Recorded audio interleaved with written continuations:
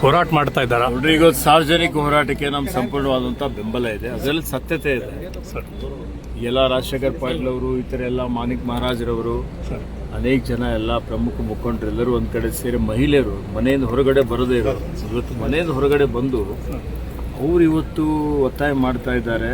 ಇದೇನು ನಮ್ಮಲ್ಲಿ ವಿಷಯುಕ್ತ ತ್ಯಾಜ್ಯ, ರಾಸಾಯನಿಕ ತ್ಯಾಜ್ಯ ಬಿಡ್ತಾ ಇದ್ದಾರೆ, ಇದರಿಂದ ಆರೋಗ್ಯ ಕೆಡ್ತಾ ಇದೆ, ಚರ್ಮ ರೋಗಗಳು ಬರ್ತಾ ಇದೆ, ಕಿಡ್ನಿ ಫೇಲ್ ಆಗ್ತಾ ಇದೆ, ಅಬಾರ್ಷನ್ ಆಗ್ತಾ ಇದೆ, ಸ್ಟಂಟೆಡ್ ಗ್ರೋತ್ ಇದೆ ಮಕ್ಕಳದು.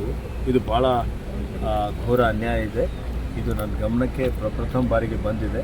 ಹಿಂದೆ ನನ್ನ ಗಮನಕ್ಕೆ ಬಂದಾಗ ನಾನು ಸುಮಾರು ಕಾರ್ಖಾನೆಗಳನ್ನು ಮುಚ್ಚಲಿಕ್ಕೆ ಆದೇಶ ಕೊಟ್ಟಿದ್ದೆ. ಹಿಂಬಾಗಿಲಿನಿಂದ ಹೋಗಿ ಕೋರ್ಟ್ಗೆ ಹೋಗಿ ಏನೇನೋ ಮಾಡಿ ಮತ್ತೆ ಪ್ರಾರಂಭ ಮಾಡಿದ್ದಾರೆ. ಕಠಿಣವಾದಂಥ ಕ್ರಮ ತೆಗೆದುಕೊಳ್ಳಿಕ್ಕೆ ಜಿಲ್ಲಾಡಳಿತಕ್ಕೆ ಹೇಳಿದ್ದೇನೆ. ಕ್ರಿಮಿನಲ್ ಮೊಕದ್ದಮೆ ಹಾಕ್ತೀವಿ.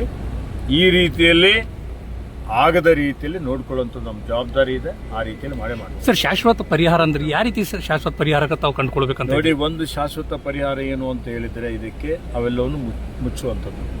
ಎರಡನೇ ಶಾಶ್ವತ ಪರಿಹಾರ ಇದಕ್ಕೆ ಝೀರೋ ಡಿಸ್ಚಾರ್ಜ್.